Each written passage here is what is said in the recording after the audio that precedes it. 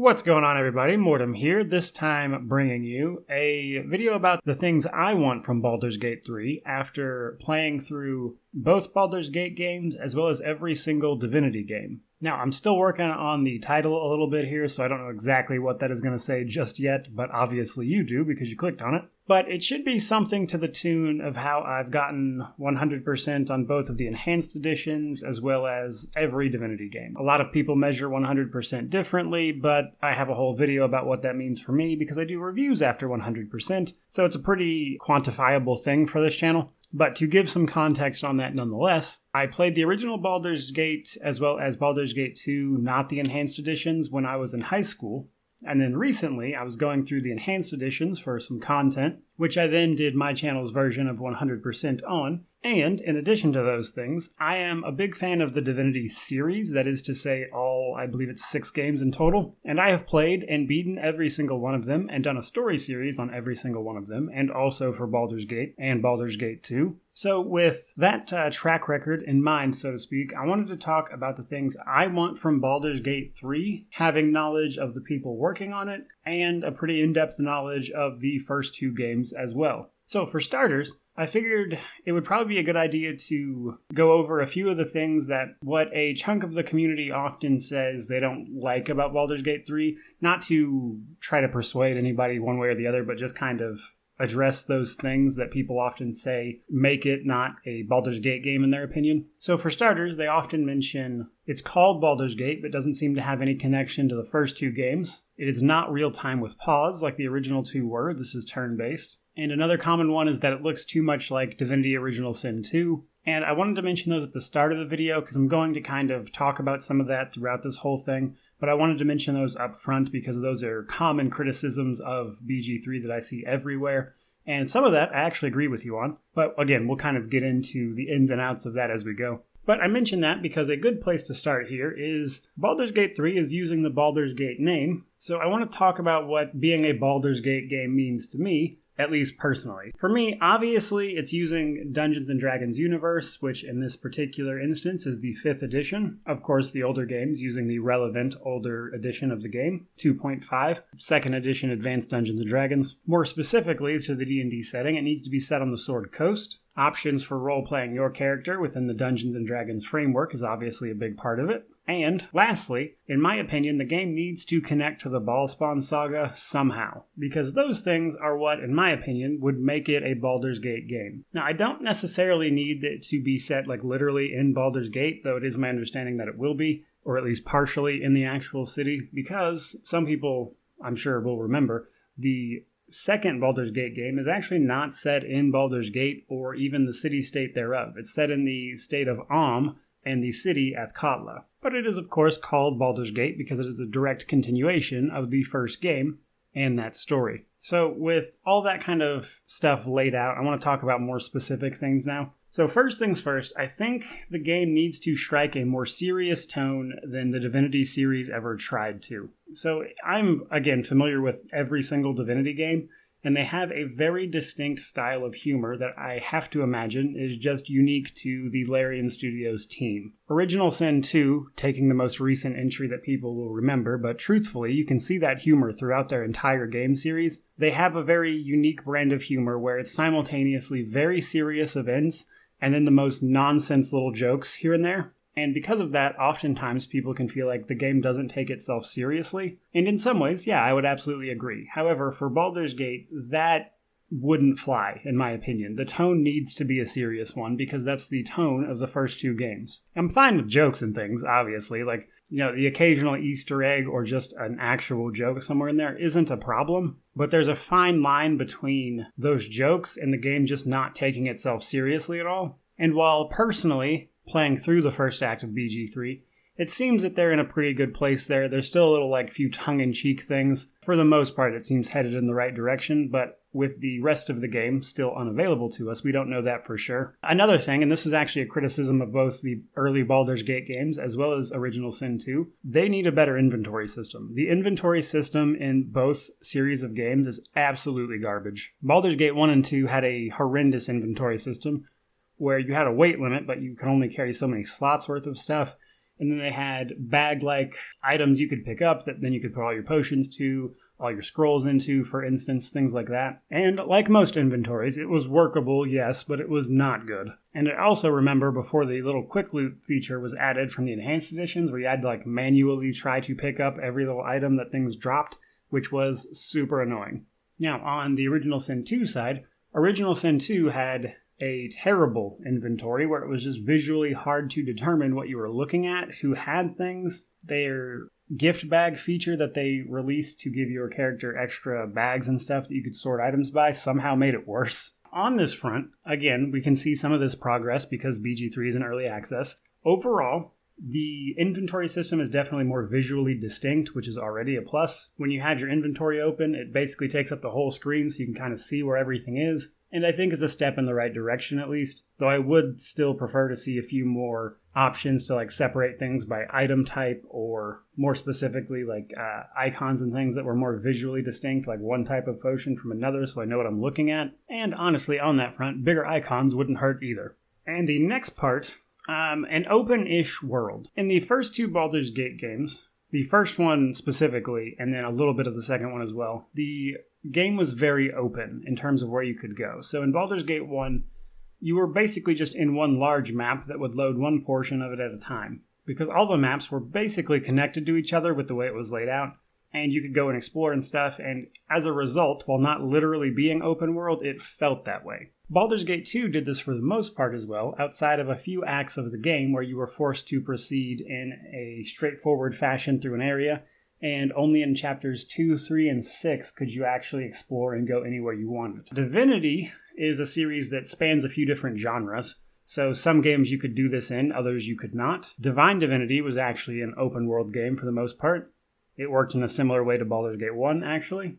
Dragon Commander was actually more of a strategy game, and then other games like Original Sin 1, being more of a CRPG for sure, also was a little open world. You could just traverse the three major areas of the game just whenever you wanted. And then you have Original Sin 2, which took that more of an act format. You were thrown into one very large map that you could then explore, but once you left that map for that act, you were done. You couldn't go back. I want to avoid that. I would like to be able to explore everything in an area and come back. Now, I realize sometimes for story reasons that's not always possible. For instance, in Baldur's Gate 2, story reasons are the reasons you can only explore and go where you want in certain chapters. That is a compromise I am okay with. For the most part, I do want to actually be able to explore the entirety of the map, including going back to areas I've already been, because especially in Original Sin 2, it's a terrible feeling when you're halfway through the next act of a game and you realize you missed something and you have to reload a save to the previous act in order to actually reacquire something. Then that can just be a pain point for a lot of people, so I'd like to see that go to the wayside. Next up, companions. So this is a bit mixed, actually, for me. On one hand, I think the system Original Sin 2 uses is very good. That is to say, their origin system, and this is the system we see in BG3 with its companions. The problem here is, if the companions themselves are not compelling, then spending more time and having a full-blown main story quest-related offshoot for your characters isn't fun, it's annoying. And for me personally, the companions in BG3 honestly just lack a bit of personality. Like, I know a lot of people are really into Astarion, for instance,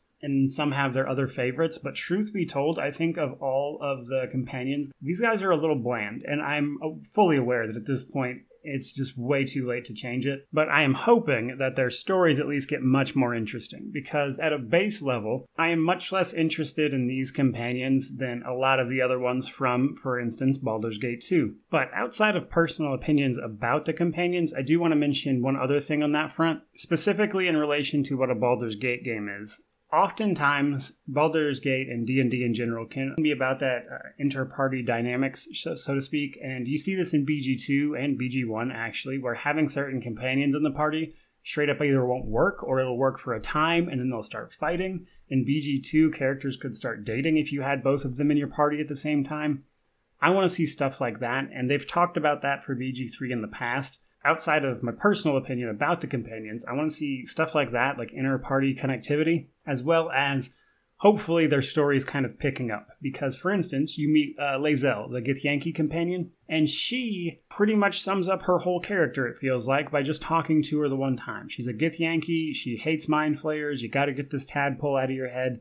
And I don't know that you really need to know any other thing about Lae'zel. Like, that's basically it. It's the most cut and dry, she's a regular Githyanki I've ever seen. And I just hope it gets vastly more interesting than that, because by itself, for me at least, it's not very compelling. So I want to see where these origin stories go, as some of them, of course, do have the potential to go fun and interesting places. But more so than those things, I really want to see just how well and how integrated all of the inter-party stuff actually turns out to be. But you do see some of that in the early access period, so credit where it's due. Alright, so now I'm going to talk about what I want from the story. What I want from the story is actually very basic. I want it to connect to the previous 2 games without going too specific, because the Baldur's Gate 1 and 2 games let you kind of make a character and see that character all the way to its end.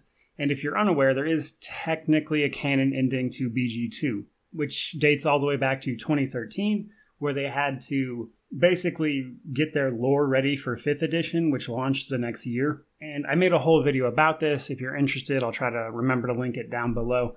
But basically, when it comes to the story, my point is that I don't want them going too specific, because I think that would actually be a detriment to the connectivity. For instance, if we're playing our character now, and they're like, oh, hey, here's this very specific person that the canon ending actually says the BG2 protagonist was, I think that's the wrong way to go. Because I think so many people were attached to the character and their growth in the first 2 games that I really don't think erasing that by being like, here is the exact person that did all this, would be the smart move. Now, again, at this point in development, I would be surprised if BG3 isn't mostly set in stone in that regard, like in terms of the broad story. But my hope is that they will not go too specific with who the actual character of the Ballspawn was and how that relates to BG3. I do want to mention, it absolutely needs to connect to the Ballspawn saga, in my opinion, to be given real legitimacy as a Baldur's Gate game. Now, that's an opinion. Obviously, everybody's entitled to theirs, but to address the criticism of people calling it a Baldur's Gate game, for instance, and how people will be like, oh, well, it's not BG3 because this, and this, that for me is the biggest hang-up. I think it needs to connect to that storyline somehow, or at least be kind of like that story farther on down the line, so to speak, in order to really carry on the names of those games. Now, next up, let's talk about combat. So, BG3 is going to be turn-based, for sure. The original 2 Baldur's Gate games were real-time with pause. Divine Divinity and Beyond Divinity, the first 2 Divinity games, were real-time with pause. Well, they were actually just more like action RPGs. They didn't actually have pause outside of like opening up a menu type stuff. You were basically real-timing it, right? Divinity 2 was a third-person action game. Divinity 2, not Divinity Original Sin 2, that is 2 separate games. Original Sin and Original Sin 2 are, of course, turn-based. And Dragon Commander was a strategy game mixed with a third-person action game. So truthfully, kind of all over the place on the Divinity side of that. I think what they should do and what would be best overall is if they could just make it both. So if you're unaware, a lot of CRPGs actually do both of these things.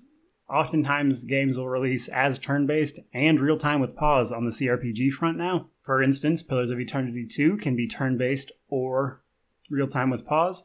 Kingmaker, Pathfinder Kingmaker that is, can be real-time with pause or turn-based. Wrath of the Righteous, which launches in a couple weeks, is going to be real-time and turn-based. So my point is, a lot of games are very much so doing both, and that's honestly, I think, the best solution for Baldur's Gate 3 is to just do both. However, whether or not that is a possibility from a development standpoint, I have no idea, but it is what I would like from that game. Because while personally, I don't actually care one way or the other, I will play it regardless, to a lot of people, the real-time with pause is very much so a big part of the original 2 games, and I don't fault them for that. Like, you know, I mean, at the end of the day, both of those games were real-time with pause. They want the sequel to be. And a huge change in combat like that is as valid a reason as any to not enjoy something. Personally, I'll do both. Doesn't bother me in the slightest. However, I gotta tell you, I really hope they just do both, because plenty of games do, and I feel like it would solve everybody's problem. Okay, now this last part of the video here, I want to talk about a few different things, and I don't really know what to call the section, so to speak. But we're going to talk about the game feeling too much like Divinity Original Sin, and also game engines in general and how that works. So if you're just a casual I hate to say that term, by the way, casual gamer. If you're just somebody who plays games and you're not super aware of how a lot of development stuff works, don't get me wrong, I am not a game developer by any means. However, I do know a few things. And for starters, game engines aren't like this weird, fantastical program that runs your games. Game engines are a suite of software that aids in the creation of a game. Oftentimes, it's not one program, it's several. In a weird way, think about it like Microsoft Office. Microsoft Office includes things like Excel, Word, etc. A game engine is a suite of software. And I explain this because if you were to hire a software company to make something for you, they are going to use the tools that they have available to them to do so. In the case of Larian Studios, that is their proprietary Divinity engine that they use to make their games. And because of this, this is why you are going to see very similar things in terms of UI design, general mechanics. That's why when you open a container, it gives you that pop-up menu in Original Sin as well as BG3 here. It's how they transported the origin system just directly into BG3, because that's kind of how it works. It's their software that they're then just using to build a different game. So you're going to see the bones of that kind of regardless.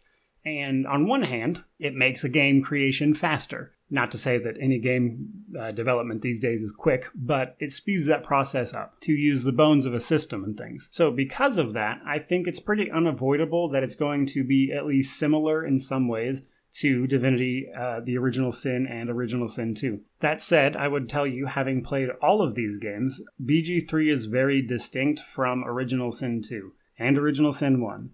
And truthfully, both of the original and second Baldur's Gate. It doesn't necessarily feel like those games, visually and everything either, which I think is a valid complaint for the people who are like, this is nothing like the first two games. Now, on one hand, I think that's fine. Truth be told, if that's your opinion, that's your opinion, but at the end of the day, graphics and things advance. This is still kind of a CRPG. It's a little more 3D, obviously, than the hand-painted backgrounds that they used in the previous 1 and 2 Baldur's Gate. But as CRPGs move forward, this kind of technology is going to move forward, which is going to make games feel differently just because of that. And I think reality is that Original Sin is a newer game built with this engine that they use to then turn around and make BG3 with. And while personally that feels very distinct to me, because I have played 500 hours of Original Sin 2, and this feels different entirely, I think it is fair to say that I can see why someone would look at both of these just outright and be like, this feels similar. Because yeah, it probably does, fair enough. But what I'm trying to explain here and get at is that there is a reason it feels similar, and that is less because they're trying to reskin it as Divinity Original Sin 3, more because that's just how software and game engines work. That's how that stuff just gets made. To give another example of this, this is why we see companies like Obsidian have the same basic structure to most of their games. Fallout New Vegas has the initial story and then the branching 4 paths to an ending. And, not including the DLC, but generally speaking, the 4 paths to the regular endings. This is something they do in every one of their games, and you can tell that that's how it's done behind the scenes. So if you play Tyranny, there's the intro, and then there's 4 distinct paths to the end. If you play Pillars of Eternity 2, there's an intro, and then 4 distinct paths to the end. It is a very common thing that they do. And because, again, that's the systems with which they've built to build games upon, so I see similarities, even though those are cross-genre games. But to sum this up, because truthfully, I'm not trying to defend one side or the other, I think both franchises have their merits, and I would like to see them meld into, hopefully, an amazing game. Because I know this is a bold thing to say in today's world, but Baldur's Gate 2 has flaws, just like Divinity Original Sin 2 has flaws. And at the end of the day, I think both of these franchises could learn things from each other and hopefully make BG3 a truly great experience, because that's what I'm after. If you love BG2 and it's your favorite game of all time, great. I've played through it a ton myself. It is a great game overall, yes, but it does have its flaws. If your favorite game is Original Sin 2, admittedly, it is mine currently. Wrath of the Righteous coming out soon might change that. I will be the first person to tell you Original Sin 2 has flaws that I hope BG3 improves, just like I hope it improves on the flaws that I found in the Baldur's Gate games. Hopefully, we can all come together on this and have a game that complements both franchises.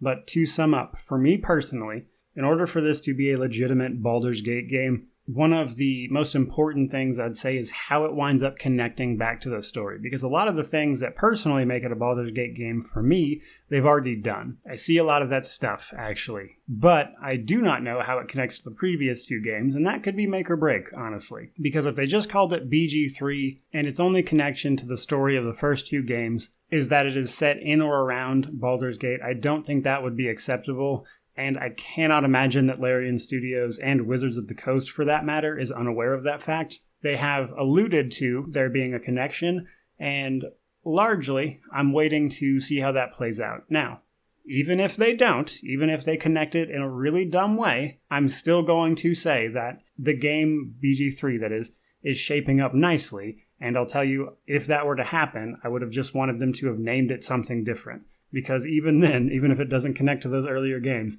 it can still potentially be a good game. And at that point, my opinion will be that they should have just named it something else. Because at the end of the day, impressions matter, and that is a valid complaint for people. There you go, guys. There is kind of everything I have to say on this subject. I hope people enjoy it. I'm sure they will let me know down in the comments section below their own feelings on that, and I'm more than happy to hear them. Just keep it respectful. This is a game series that people get very defensive about. So remember, if you want to talk and have your voice heard, be respectful, and I'm sure people will be more than happy to engage in that dialogue with you. So with that out of the way, guys, truly, thank you so much for watching. I hope you enjoyed the video, even if it was maybe a little bit rambly and way too long. Regardless of any of that, truly, just thank you so much for watching. May you wander in wisdom and have an amazing day.